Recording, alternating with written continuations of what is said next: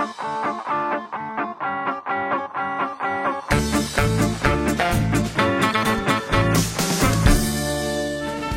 rikthyer pas hapësirës publicitare, në fakt e përmendëm edhe në mëngjes. Sot një ngjarje e rëndë ndodhi që në orët e para të mëngjesit, për cilën folëm edhe pak më parë tek fleshi informativ. Është një fakt një temë që kemi diskutuar pafundësisht, jo vetëm neve në këtë emision, por në të gjitha mediat. Dhuna brenda familjes, krimi brenda familjes. Sot do të fokusohemi pak gjithmonë tek dhuna mes dy gjinive, por tek një grup mosh tjetër, tek adoleshentët. Sepse duket se i ka rrënjët shumë herët dhuna që ndodh mes dy gjinive dhe është për të ardhur keq që sapo fillon një marrëdhënie dashurie fillon me probleme. Dhe në Shqipëri ndodh. Po sigurisht për rezultatet e tilla domethënë që arrin në ekstrem sigurisht që kanë filluar që në gjili. Kështu që është krejt normale që të vazhdoj, krejt normale. Anormale është, po është logjike që të vazhdoj të jetë një person i dhunshëm nëse i dhunshëm ka qenë që adoleshent. Normalisht që do jetë kështu. E përmenda pak më parë, është një studim shumë edhe për herë të parë realizohet një studim që sheh në mënyrë të detajuar marrëdhëniet intime mes adoleshentëve. Është realizuar nga Rrjeti i Fuqizimit të Gruas, është publikuar vetëm 3 ditë më parë. Ka shumë gjetje interesante, po thelbi është që rreth 22% e adoleshentëve pranojnë që kanë përjetuar dhunë gjatë marrëdhënieve të tyre intime. Pastaj ka ka detaje shumë interesante i gjithë studimi, do t'i bisedojmë me të ftuarat tona, është studiuesja një prej atyre që kanë realizuar këtë studim, Mirela Arqimandriti, mirë se erdhe.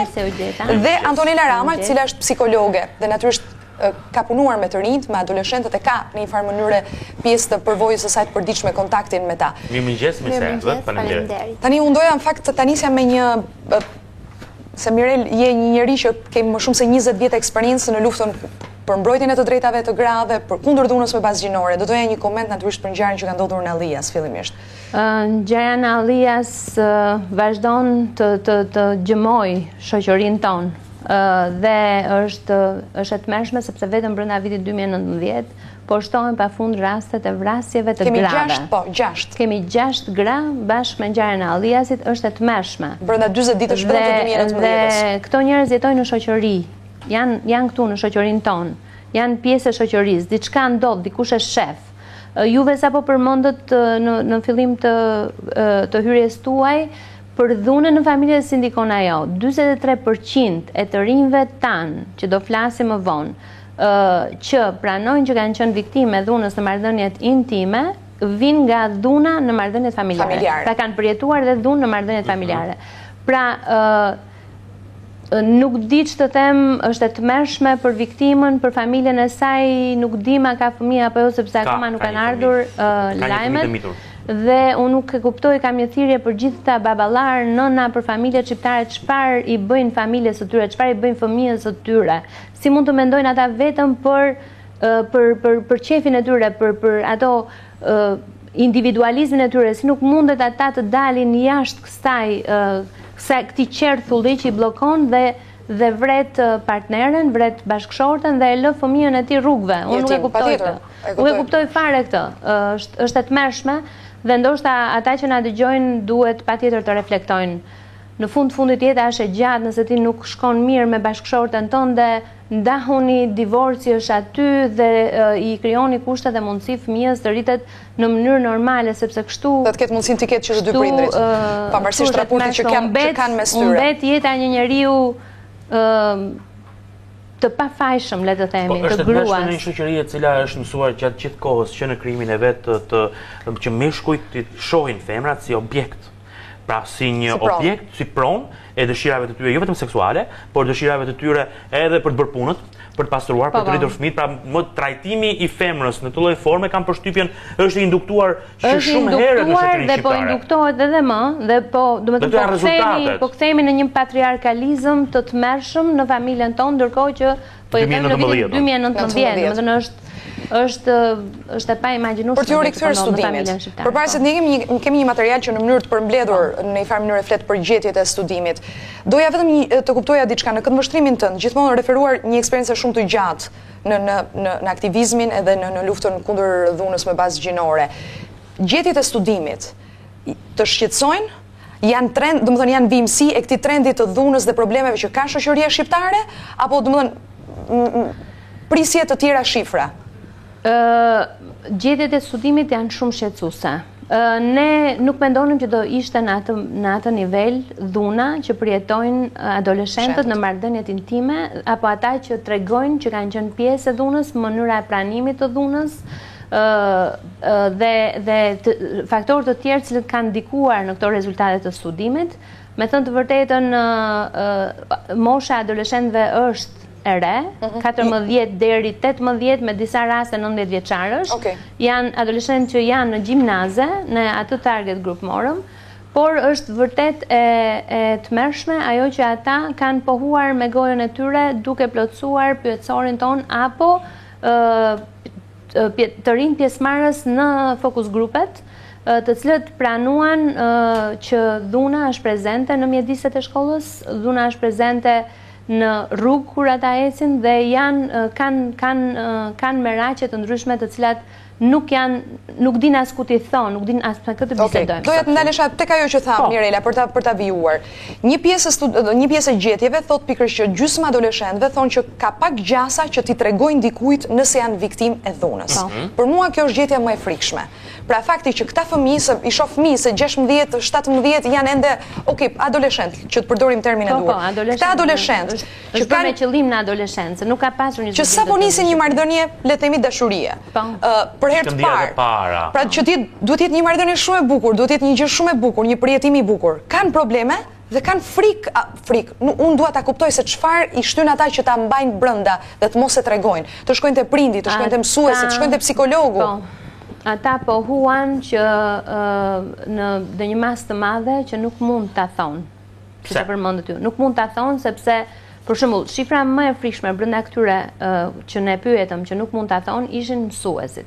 20% pra kujt do t'i drejtoheshin? Adoleshentëve do t'i drejtoheshin mësuesit në rast se ata kishin një problem me marrëdhënie të dhunshme në marrëdhëniet intime. Pra kishin dhunë në marrëdhëniet intime. Mësuesit dhe jo prindit? Jo, prindit do t'i drejtoheshin rreth 60% e tyre, shokut afërsisht rreth 60%, psikologut një çik më pak të shkollës, mësuesit edhe më pak. 45-50, por mësuesit 20. Pra ka rënë ajo, domethënë, brezin ton, mësuesi kishte goxha potencë, ishte prindi dytë dhe ti vërtet mund t'i drejtohesh mësuesit.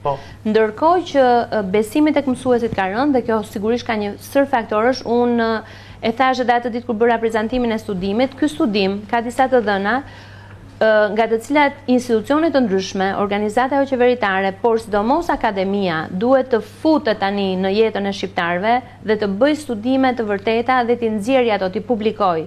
Sepse ne nuk kemi shumë studime nga akademia të cilat janë publike, siç i bëjmë ne të organizatave jo qeveritare studimet tona publike. Akademia duhet të futet tani në këtë edhe të marri, sepse aty ka shumë gjetje nga cilat mund të fillohet një studim i ri dhe i veçantë për target grupe të ndryshëm. Dhe këtë do thosha që një studim i tillë mund të bëhet pse ka rënë besimi tek mësuesi, tek institucioni i shkollës. Kush janë arsyet? Dhe unë rrestoj disa faktorë, por nuk mund t'i them sepse nuk janë gjetje të studimit tonë. Është më shumë mendimi ju personal. Tani unë dua ta fus pak në rojë dhe psikologen, sepse sigurisht 22% sa pa shumë, studimi tregon 22% të rinjve që kanë përjetuar një dhunë në marrëdhëniet e tyre intime. Ju si psikologe që keni punë të përditshme me këta të rinj, ju duket reale kjo shifër? Çfarë keni parë ju realisht? Pa diskutim në punën tuaj të përditshme, po. Pa diskutim kjo është një shifër tepër alarmante ku 1 në 3 adoleshent ushtrohet dhunë fizike në marrëdhëniet intime.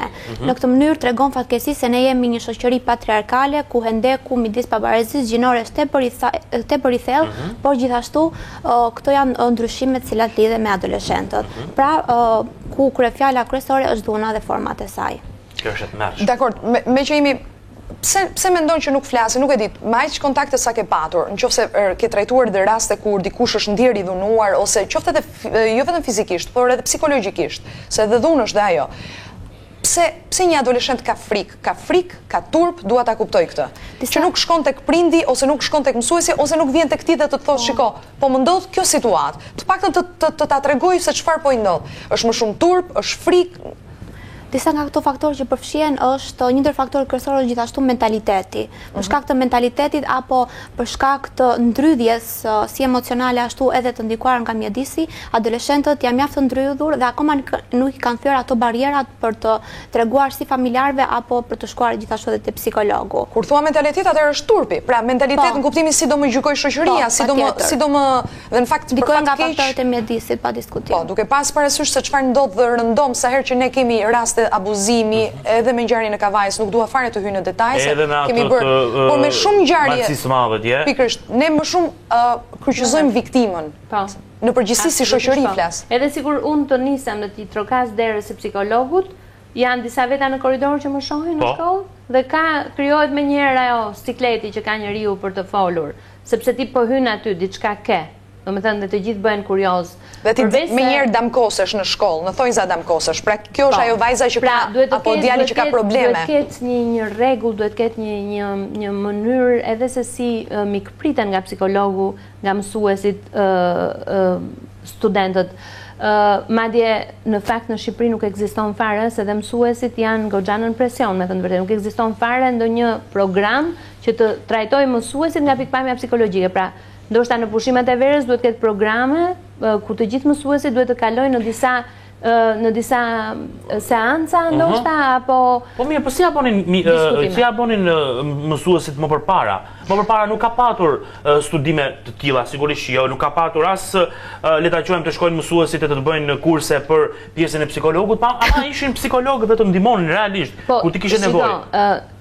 Mësuesit atyre s'kan pasur, por atyre ka pasur kurse pedagogjike dhe psikologjike edhe gjatë kohës që ti ishe ushtroje profesionin. Nuk është se s'ka pasur, ka pasur. Kanë ekzistuar. Ndoshta edhe tani ekzistojnë, nuk është se e kam shumë të qartë të gjë, por me sa kam dëgjuar nuk është se ekzistojnë. Për arsye se dhe vetë psikologët që janë goxha tani me shumicën në Shqipëri. Kemi me bollëk.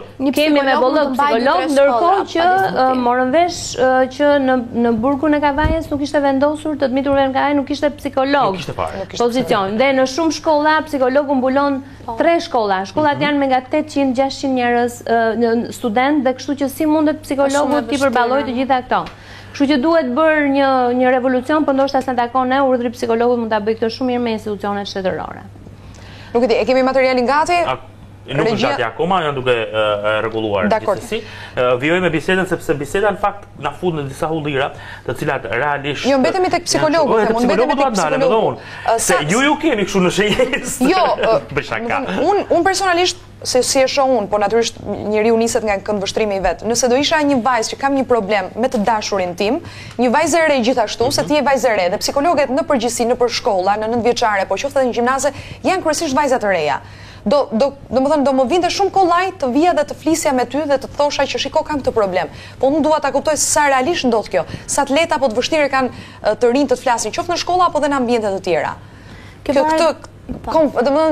Konfidencialitetin edhe të ardhurit dhe të treguarit që unë kam këtë problem. Kjo varet nga individët, sepse përderisa jemi njerëz të ndryshëm, edhe individët kanë mendime të ndryshme apo probleme të ndryshme. Disa mund të shkojnë te psikologu dhe në këtë mënyrë të tregojnë problemet rreth çështjeve të ndryshme, por ka edhe raste që nuk mund të tregojnë problemin e vet. Kjo ndodh për shkak të paragjykimit gjithmonë. Paragjykimit ndaj pozicionit tuaj, ndaj profesionit tuaj. Po, patjetër. E kuptoj edhe kësaj marrëdhënies me psikologun. Okej. E kemi klipin tani. Dakor. I ndjekim shifrat shumë shkurt edhe të përmbledhura gjetjet e këtij studimi dhe rikthehemi në studio pastaj. 22% e adoleshentëve në Shqipëri kanë përjetuar dhunë në marrëdhëniet intime, ku vajzat dhunohen fizikisht 3 herë më shumë se djemtë. Është ky një prej rezultateve të studimit realizuar nga rrjeti fuqizimit të gruas që u bë publik të premten dhe që nxjerr në pa një sër problemesh që karakterizojnë marrëdhëniet intime të të rinjve shqiptar. Bëhet fjalë për studimin e parë të këtij lloji në vendin tonë që analizon dinamikat dhe perceptimet ndaj dhunës në marrëdhëniet e para intime mes të rinjve. Ajo çka është mjaft shqetësuese është se gjysma adoleshentëve thonë se ka pak gjasa që t'i tregojnë dikujt në rast se janë viktimë të një dhunimi psikologjik, fizik apo seksual. Ndërsa 77% e tyre thonë se nuk flasin asnjëherë apo shumë rrallë me prindrit për marrëdhëniet intime. Duket se bisedat të tilla vazhdojnë të mbeten tabu për shoqërinë shqiptare, por nga ana tjetër, prindrit vazhdojnë që të ushtrojnë kontroll mbi jetën e adoleshentëve. Ndërkaq, mbi 1000 të rinj të moshave 16 deri 19 vjeç, nxënës të shkollave të mesme publike në vend, janë pyetur se kujt do t'i drejtoheshin në rast se do t'ishin viktimë të dhunës dhe në përgjigjet e tyre vjetre një besim i ulët tek mësuesit. 66% e vajzave do të drejtoheshin njërit prej prindërve dhe 38% e djemve prindërve. Pra, një shifër shumë e madhe mbetet që nuk di se çfarë të bëj, kujt i drejtohet. Megjithatë, këto janë të alternuara me njëra tjetrën dhe për shembull, një shoku, një shoqe do t'i drejtohet 64% e të rinjve.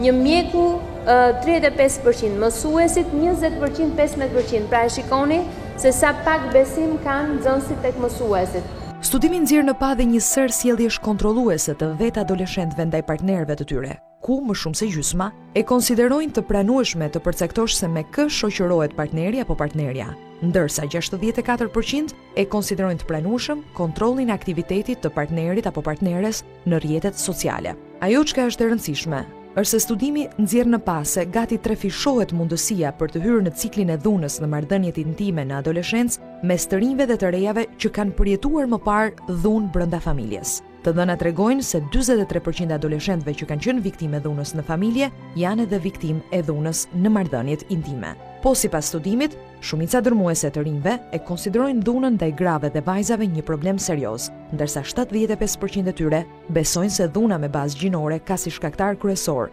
përdorimin e alkoolit dhe drogës. Se ne jo pa qëllim e kemi titulluar bisedën dhuna mes adoleshentëve natyrisht në marrëdhëniet intime, por pse nuk flasin të rinjt shqiptar? Në këtë vështrimin, të paktën timin personal, fakti që 77% në këtë studim thonë që flasin rrallë ose asnjëherë me prindrit për sa i përket seksit edhe marrëdhënieve intime, për mua është gjithashtu e frikshme. Domethënë në kuptimin që me këtë po s'foli me të paktën njëri nga prindrit, një adoleshent, me kë duhet flasi, me kë duhet, se është konfidimi i parë është me prindin, për të kërkuar ndihmë, për të kërkuar informacion dhe për çdo gjë. Tani vazhdon të jetë seksi kaq tabu? Patjetër është. Në familjet shqiptare? Super tabu. Është tabu. Është tabu. Vazhdon të mbetet në tabu. Padyshim edhe është turp të flasësh në familjet shqiptare, ndërkohë që sot të gjithë të rinjt janë të mbytur nga emisione të ndryshme, nga mediat sociale, rrjetet e tij ku futen, por akoma nuk është ndërgjegjësuar pjesa tjetër e shoqërisë, prindrit, të cilët duhet patjetër të kontrollojnë telefonat e tyre minimumi, duhet të kontrollojnë telefonat e tyre, duhet të kontrollojnë mediat sociale. Prindi e ka këtë, për një adoleshent 14 vjeç nuk është aq i sofistikuar adoleshenti. Për shembull, unë përgëzoj sanitare në shkollës e cila mbante në dorë celularin e të birit që e kapi gjithë të problem. Dhe njihte se si të punonte në median sociale në Instagram, që e kapi gjithë çështjen dhe e raportoi. Ajo duhet patjetër të lavdërohet të paktën. Të lavdërohet. Kjo është absurde se si shembull për gjithë prindrit e tjerë që duhet të kontrollojnë median sociale, duhet të gjejnë anën se si ta kontrollojnë median sociale. Është e bëshme. Është e bëshme. Unë dhe shoqet e mia e bëjmë, sepse është e domosdoshme. Ti në një moment caktuar me ritmin që ka jeta, me problemet e mëdha ekonomike që kanë prindrit, me përqendrimin e tyre në çështje politike që na mbytën dhe i marrin prindërve një pjesë të jetës së tyre, nuk kanë kohë të shohin se ç'bën fëmia e tyre dhe thon sa mirë, por i urt se kjo gjë dhomat e kompjuterit. Po mëson apo po rritë kompjuteri, ua bravo se di kompjuterin. Po ndërkohë ti nuk e di fare se ai se çfarë. Por është absurde se sot adoleshentët dhe të rinjt kanë informacion të llatarshëm përmes internetit.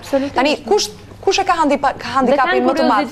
Domethënë kurioziteti lind me njeriu dhe ndërkohë në çdo sekond aq më tepër në atë moshë, aq më tepër në atë moshë. Jo duhet kuptoj kush e ka handikapin dhe problemin më të madh. Prindrit apo vetë adoleshentët për të konfiduar dhe për të folur për marrëdhëniet intime, për raportet në çift, për seksin në përgjithësi.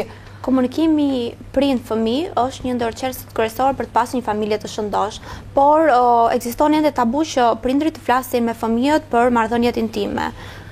Do të thënë kanë më shumë prindrit sikletin apo vështirësinë më të madhe?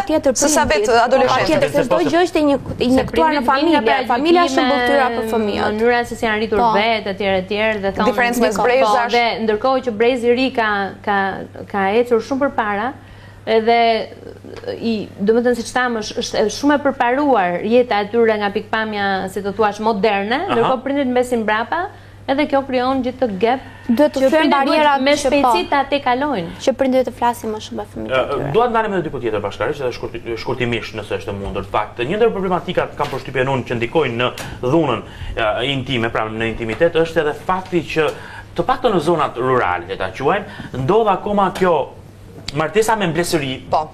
Kur individi, pra vajza, përgjithsisht që ndodh vajzave kjo gjë, nuk kam dëgjuar që djali, megjithatë vajza nuk e do atë njeriu, por prindrit ja japin me zor dhe aty fillon dhuna, kam përshtypjen unë. Tani, Jo vetëm në zonat rurale, po ka dhe raste edhe në zonat urbane, patjetër. Bashkë, seriozisht? Jo, kjo është fenomen, nuk e di sa e ka hasur. Fenomen i jashtëzakonshëm edhe që tregon edhe dështimin e prindërimit. Domethënë kjo fillon që me fetusin e fëmijës. Ka dhe studime që janë bërë që prindrit preferojnë të kenë djalë, pikërisht që mos kenë to hallet që mbart vajza me vete. Kjo tregon dështimin e prindërimit, domethënë prindri s'është i Zotit të presi një vajzë në jetën e vet dhe ka më kollaj me një djalë, por ndërkohë që dhe djemt, nëse ti i lë të bëjnë si të duan, apo i lë ato pikpamjet e tyre të vogla kriminale pa i vënë re, ndoshta dhe i fuqizon, i stimulon etj. Hallet cilin dhata. Po padyshim. Natyrisht hallet. Ka përgjegjësitë veta rritja e fëmijës. Dështim të shoqërisë, të një shoqërie të caktuar që ti nuk mikpret një vajzë në gjirin e familjes tënde. Edhe një gjë, në fakt, po.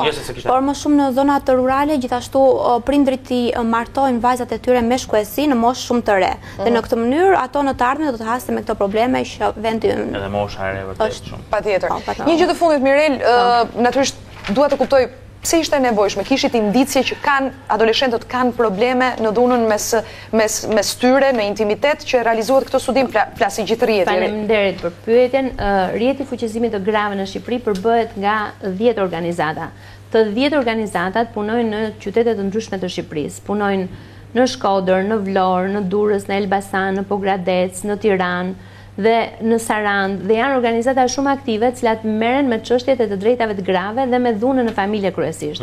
Gjatë këtyre aktiviteteve që ne kemi bërë, ka dalë problematika që gratë kanë edhe me fëmijët e tyre.